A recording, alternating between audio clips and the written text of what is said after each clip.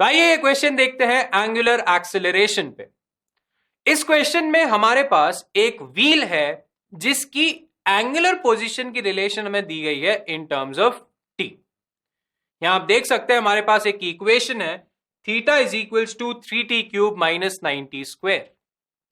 Now हमें यहां पे वो टाइम निकालना है जब इस व्हील की एंगुलर एक्सेलरेशन हो जाती है 0। ना इसे सॉल्व करने के लिए सबसे पहले मैं आपसे एक सिंपल सा क्वेश्चन पूछता हूं। अगर मैं आपको एक डिस्प्लेसमेंट और टाइम की रिलेशन देता हूं और एक्सेलरेशन कैलकुलेट करने को बोलता हूं, तो क्या आप निकाल सकते हैं? बहुत ही आसान सा तरीका है, हमने काइनामैटिक्स में बहुत बार ऐसा किया है। अगर डिस्प्लेसमेंट और टाइम की रिलेशन हमारे पास है तो एक्सेलरेशन और टाइम की रिलेशन निकालने के लिए हमें डिस्प्लेसमेंट की रिलेशन को 2 बार डिफरेंशिएट करना पड़ता है।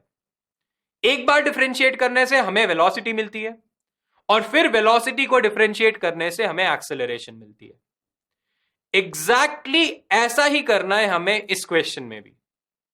हमें एंगुलर पोजीशन की इक्वेशन दी गई है टाइम के टर्म्स में और हमें अल्फा की इक्वेशन निकालनी है टाइम के टर्म्स में। तो सबसे पहले हम जानते हैं कि हमारा जो ओमेगा होता है वो होता है डिफरेंशिएशन ऑफ थीटा और अल्फा होता है डिफरेंशिएशन ऑफ ओमेगा।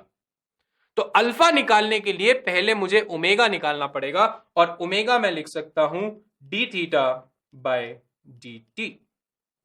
ना मेरी थीटा की जो इक्वेशन यहां है वो है 3t³ माइनस 9t²। तो अगर मैं दोनों साइड डिफरेंशिएट करता हूं तो मुझे मिल जाता है omega is equals to 9t² minus 18t। तो हमारे पास एक इक्वेशन आ गई है ओमेगा और टाइम के बीच। नाउ हमें निकालनी है इक्वेशन अल्फा की, तो हमें इस रिलेशन को, इस इक्वेशन को फर्दर डिफरेंशिएट करना पड़ेगा। तो एलएचएस में अगर मैं लिखता हूं D omega by d t और आरएचएस में डिफरेंशिएट करता हूं इस इक्वेशन को 9t² माइनस 18t, तो मैं लिख सकता हूं alpha is equals to 18t minus 18। Now हमें वो टाइम कैलकुलेट करना है जब अल्फा की वैल्यू 0 हो जाती है। तो क्या मैं यहां पे अल्फा को 0 रख दूं और टी कैलकुलेट कर लूं तो मेरा आंसर आ जाएगा? डेफिनेटली। यहां पे हमने अल्फा की जगह 0 सब्सटीट्यूट किया है और टी को कैलकुलेट किया है, तो यहां से टी हो जाता है 18 is equals to 18t and t is 1 second. 18 divided by 18 which is 1 second. So let's see the options now. यहां आप देख सकते हैं इस क्वेश्चन का जो करेक्ट आंसर होगा वो होगा option A, t is equals to 1 second. तो इस क्वेश्चन में हमारे पास एक पार्टिकल है जो कि सर्कुलर पाथ में घूम रहा है और इस पार्टिकल पे एक कांस्टेंट टैंजेंशियल एक्सेलरेशन लग रही है। नाउ हमें इस क्वेश्चन में कैलकुलेट करना है the angle between velocity and net acceleration जब वो पार्टिकल हाफ सर्कल कंप्लीट कर देता है।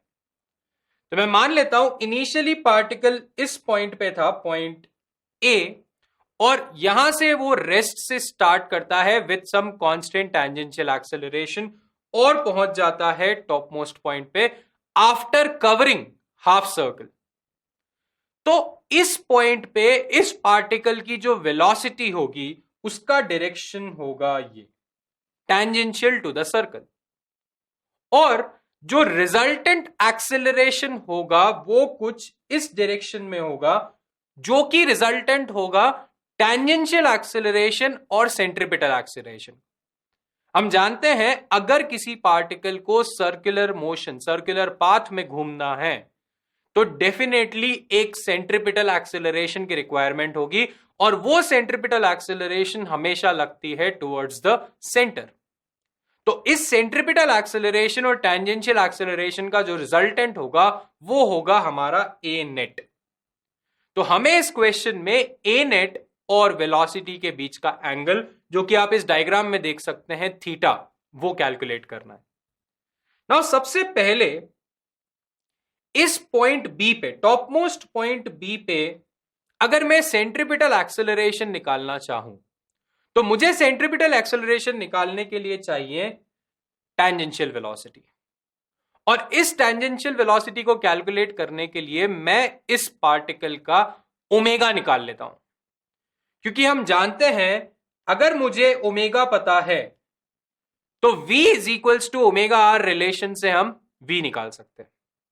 और ओमेगा निकालने के लिए हम यूज कर सकते हैं equations of motion, omega square is equals to omega not square plus 2 alpha theta. क्या मुझे अल्फा पता है? मुझे यहां बोला गया है कि इस पार्टिकल के पास एक कांस्टेंट टैंजेंशियल एक्सेलरेशन होगा, तो वो कांस्टेंट टैंजेंशियल एक्सेलरेशन और अल्फा के बीच में मेरे पास एक रिलेशन है, a is equals to r alpha. तो यहां से हम लिख सकते हैं alpha is equals to a by r. And now ये अल्फा मैं इस इक्वेशन में सब्सटीट्यूट करता हूं, ओमेगा नॉट होगा 0 क्योंकि पार्टिकल इनिशियली स्टार्ट हो रहा है रेस्ट से, तो ओमेगा नॉट की वैल्यू हो जाती है 0।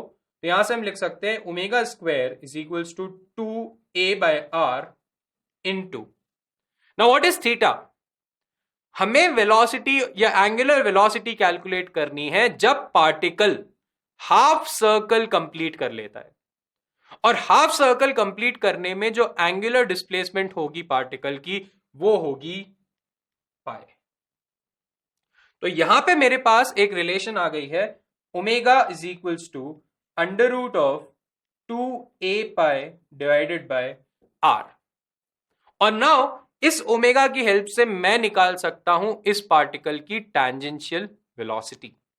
तो टैंजेंशियल वेलोसिटी हो जाती है v is equals to r omega, जिसे हम लिख सकते हैं under root of 2a pi r square divided by r. यहां मैं r को अंदर ले गया हूं स्क्वायर रूट के, तो वो हो जाएगा आर स्क्वायर, और यहां एक r और r कैंसिल हो जाता है, तो मेरी v की वैल्यू आती है 2a पाई आर। यह है हमारी टैंजेंशियल वेलोसिटी। एंड अब हमें एंगल निकालना है इस टैंजेंशियल वेलोसिटी और ए नेट के बीच। नाउ इस एंगल को निकालने के लिए मैं एक ट्राइंगल कंसिडर करता हूं बी सी डी। ना इस ट्राइंगल में जो मेरा सी डी होगा वो होगा मैग्नीट्यूड ऑफ सेंट्रीपिटल एक्सेलरेशन, जो कि सेंटर की तरफ लग रहा है, करेक्ट। और जो बी डी होगा वो है मेरा ए नेट। तो मुझे अगर थीटा कैलकुलेट करना है, और मैं ये भी बोल सकता हूं कि ये जो मेरा होगा वो होगा ए टी। तो ए टी अगर मुझे पता है और ए सी अगर मुझे पता है, सेंट्रीपिटल एक्सेलरेशन और टैंजेंशियल एक्सेलरेशन अगर हमें पता है, तो क्या मैं इस राइट एंगल ट्राइंगल में थीटा कैलकुलेट कर सकता हूं? बहुत ही आसानी से हम लिख सकते हैं tan of theta is equals to perpendicular upon base.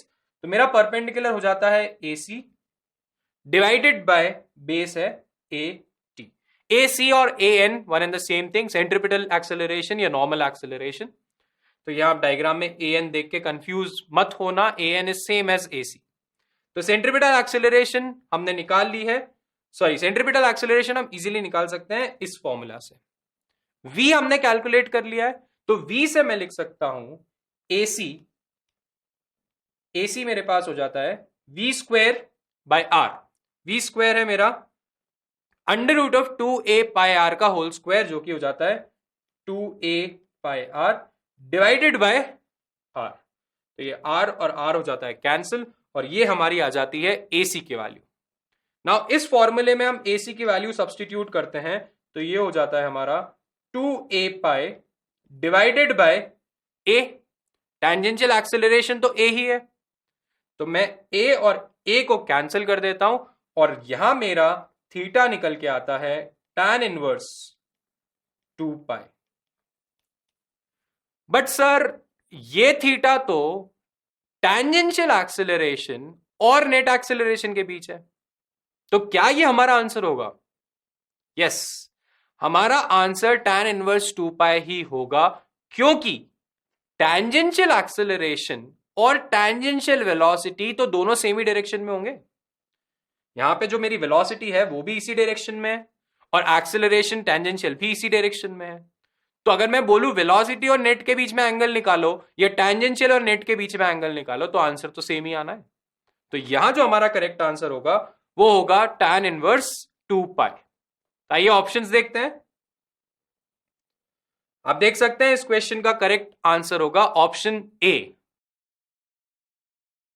तो अगला क्वेश्चन देखते हैं ग्राफ्स पे। इस क्वेश्चन में हमारे पास एक स्टेशनरी डिस्क है जो कि रोटेट करना स्टार्ट करती है अबाउट एन एक्सिस और इस डिस्क की एंगुलर एक्सेलरेशन की रिलेशन हमें दी गई है in terms of angular position theta. आप देख सकते हैं यहां पे हमारे पास एक इक्वेशन है alpha is equals to 2 theta. Now हमें यहां एक करेक्ट रिलेशन या करेक्ट ग्राफ पता करना है between angular velocity and angular position. Omega और थीटा के बीच इन चारों में से कौन सा ग्राफ करेक्ट होगा हमें यह पता करना है। तो सबसे पहले तो हम अल्फा और ओमेगा के बारे में बात करते हैं। हम जानते हैं कि अल्फा और ओमेगा के बीच एक रिलेशन होता है alpha is equals to d omega by d t. And यहां मुझे बात करनी है ओमेगा और थीटा के बीच। तो यहां मैं थीटा इंट्रोड्यूस कर सकता हूं by multiplying and dividing by d theta. अगर मैं डी थीटा से मल्टीप्लाई और डी थीटा से डिवाइड कर दूं तो मेरी इक्वेशन में कोई फर्क नहीं पड़ेगा, बट इस स्टेप को करने से हमारा क्वेश्चन सॉल्व हो जाएगा। कैसे? D theta by d T को हम क्या लिख सकते हैं? D theta by d T होता है rate of change of angular position, जिसको हम बोलते हैं ओमेगा। तो इन दोनों टर्म्स को अगर मैं क्लब कर देता हूं तो क्या मैं इस इक्वेशन को मॉडिफाइड फॉर्म में लिख सकता हूं? Alpha is equals to omega d omega by d theta. Correct? तो अब हमारे पास एक इक्वेशन आ गई है अल्फा ओमेगा और थीटा के बीच।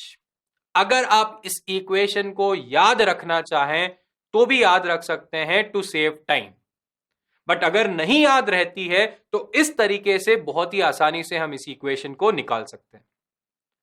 नाउ मुझे इस क्वेश्चन में अल्फा ऑलरेडी गिवन है इन टर्म्स ऑफ थीटा, तो मैं यहां सब्स्टिट्यूट कर सकता हूं alpha is equals to 2 theta और ये हो जाता है omega d omega by d theta. Now अगर मुझे ग्राफ प्लॉट करना है ओमेगा और थीटा के बीच तो मुझे एक रिलेशन चाहिए ओमेगा और थीटा के बीच, और वो हम निकाल सकते हैं बाय इंटीग्रेटिंग दिस इक्वेशन। यहां जो हमारे पास इक्वेशन है वो एक डिफरेंशियल इक्वेशन है between D omega and D theta, और अगर हमें ओमेगा और थीटा के बीच रिलेशन निकालनी है तो इसे इंटीग्रेट करना पड़ेगा। तो इंटीग्रेट करने के लिए हम थीटा की टर्म्स को एक तरफ और ओमेगा की टर्म्स को एक तरफ ले आते हैं, तो ये इक्वेशन हो जाती है 2 theta d theta is equals to omega d omega. तो मैं दोनों साइड्स अगर इंटीग्रेट करता हूं तो पहले तो 2 को बाहर रख सकता हूं क्योंकि वो एक कांस्टेंट है, और दोनों तरफ मेरे पास जो इंटीग्रेशन का फॉर्म है वो है इंटीग्रेशन x dx, और इंटीग्रेशन ऑफ x dx होता है x स्क्वायर बाय 2। तो लेफ्ट हैंड साइड में मैं लिख सकता हूं 2 into theta square by 2 is equals to omega square by 2। तो मेरा ये 2 और 2 कैंसिल हो जाता है और यहां से मेरे पास रिलेशन आती है omega is equals to under root of 2 into theta. It means this equation is of the form y is equals to mx, right? y में मेरे पास ओमेगा है, x में मेरे पास थीटा है, तो यहां जो इक्वेशन है वो कुछ y is equals to mx type की है, और y is equals to mx type की जो इक्वेशन होती है उसका ग्राफ होता है straight line passing through origin. अगर ये y is equals to mx plus c होती तो मैं बोलता just a straight line with slope m and intercept c, but अगर ये इक्वेशन सिर्फ y is equals to mx है तो this is a straight line passing from the origin. तो आइए अपने 4 ऑप्शंस देखते हैं और देखते हैं कौन सा ऑप्शन करेक्ट आंसर होगा। तो यहां ऑप्शन बी में आप देख सकते हैं हमारे पास एक स्ट्रेट लाइन है और ये स्ट्रेट लाइन ओरिजिन से पास हो रही है। तो यहां जो हमारा करेक्ट आंसर होगा वो होगा ऑप्शन बी। तो इस क्वेश्चन में हमारे पास एक स्पिनिंग टॉप है, एक लट्टू है जिसके एंगुलर रिटार्डेशन की इक्वेशन हमें दी गई है इन टर्म्स ऑफ ओमेगा। और यहां जो इक्वेशन है वो है अल्फा इज इक्वल्स टू के ओमेगा स्क्वायर।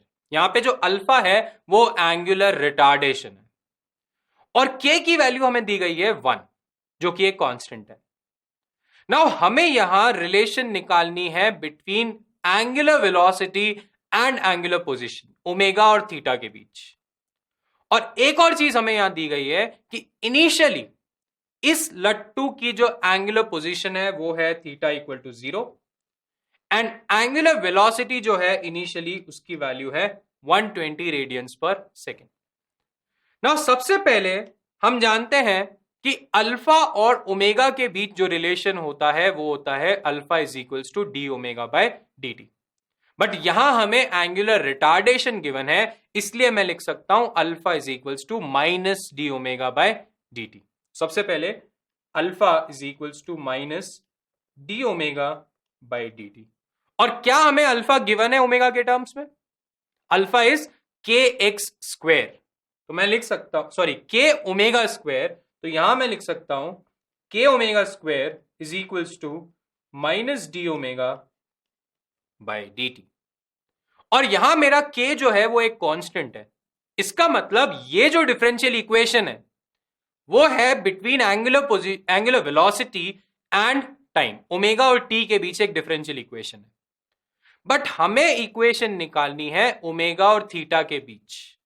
तो उस इक्वेशन के लिए मैं एक छोटा सा मॉडिफिकेशन यहां करता हूं, डी थीटा से मल्टीप्लाई और डी थीटा से डिवाइड। ऐसा करने से क्या होगा? ऐसा करने से मेरा टी यहां से एलिमिनेट हो जाएगा। कैसे? D theta by d T को हम लिख सकते हैं ओमेगा। तो ये इक्वेशन हो जाती है k omega square is equals to minus omega d omega by d theta. तो यहां मेरे पास एक डिफरेंशियल इक्वेशन आ चुकी है बिटवीन ओमेगा एंड थीटा, और इस डिफरेंशियल इक्वेशन को इंटीग्रेट करके मैं अपनी फाइनल इक्वेशन निकाल सकता हूं between angular velocity and angular position. तो सबसे पहले ओमेगा के सारे वेरिएबल्स, ओमेगा की सारी टर्म्स को एक तरफ और थीटा की टर्म्स को एक तरफ ले आते हैं। तो ये हो जाता है, ये ओमेगा और ओमेगा कैंसिल, तो मैं लिख सकता हूं minus k d theta is equals to 1 by omega d omega.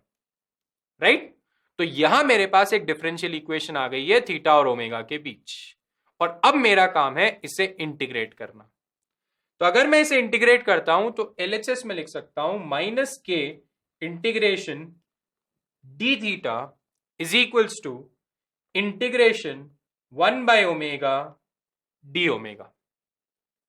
और यहां जो लिमिट्स ऑफ इंटीग्रेशन होगी थीटा के लिए वो होगी 0 टू थीटा, और ओमेगा के लिए वो होगी 120 टू ओमेगा। हमें क्वेश्चन में दिया गया है कि initial angular position is 0 and initial angular velocity is 120, और फाइनली हम मान लेते हैं कि एंगुलर पोजीशन हो जाती है थीटा और एंगुलर वेलोसिटी हो जाती है ओमेगा।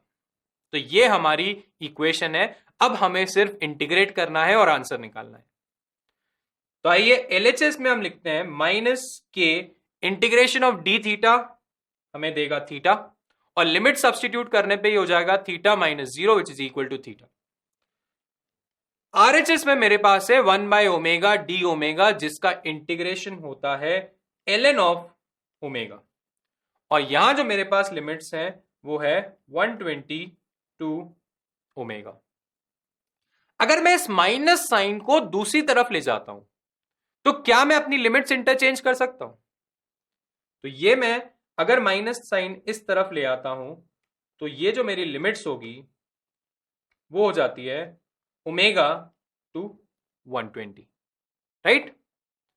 अब हम लिमिट सब्स्टिट्यूट करते हैं, तो ये इक्वेशन होती है k theta is equals to ln 120 minus ln omega. Now इसे सिंप्लीफाई करने के लिए मैं एक लॉग की प्रॉपर्टी यूज कर रहा हूं जो कि होती है ln a minus ln b is equals to ln of a by b। हमने ये प्रॉपर्टी पढ़ी है मैथ्स में कि ln of a minus ln of b is equals to ln of a by b। तो यहां पे मेरे पास है ln of 120 minus ln of omega. तो मैं इसे लिख पाऊंगा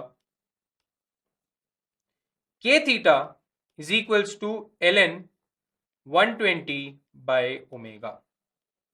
एंड नाउ इस लॉग की इक्वेशन को एक्सपोनेंशियल इक्वेशन कन्वर्ट करने के लिए हम इसे लिख सकते हैं e to the power k theta is equals to 120 by omega.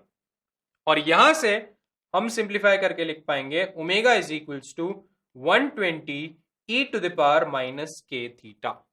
e to the power k theta denominator में जाएगा और अगर मैं उसे न्यूमरेटर ले जाता हूं तो मेरी पावर नेगेटिव हो जाएगी जो कि होगी e to the power minus k theta. k की वैल्यू हमें गिवन है 1, तो फाइनल इक्वेशन आती है omega is equals to 120 e to the power minus theta. तो आइए ऑप्शंस देखते हैं। यहां जो करेक्ट आंसर होगा वो होगा ऑप्शन ए। तो अगला एक आसान सा क्वेश्चन देखते हैं जिसमें हमें एक रोटेटिंग बॉडी की एंगुलर एक्सेलरेशन गिवन है 3 रेडियंस पर सेकेंड स्क्वायर और हमें इस बॉडी की एंगुलर डिस्प्लेसमेंट कैलकुलेट करनी है जब उसकी एंगुलर वेलोसिटी 15 रेडियंस पर सेकेंड से बढ़कर हो जाती है 45 रेडियंस पर सेकेंड। नाउ हम जानते हैं initial angular velocity, final angular velocity, angular displacement और एंगुलर एक्सेलरेशन को रिलेट करने वाली जो इक्वेशन होती है वो होती है omega is equals to omega not square plus 2 alpha theta.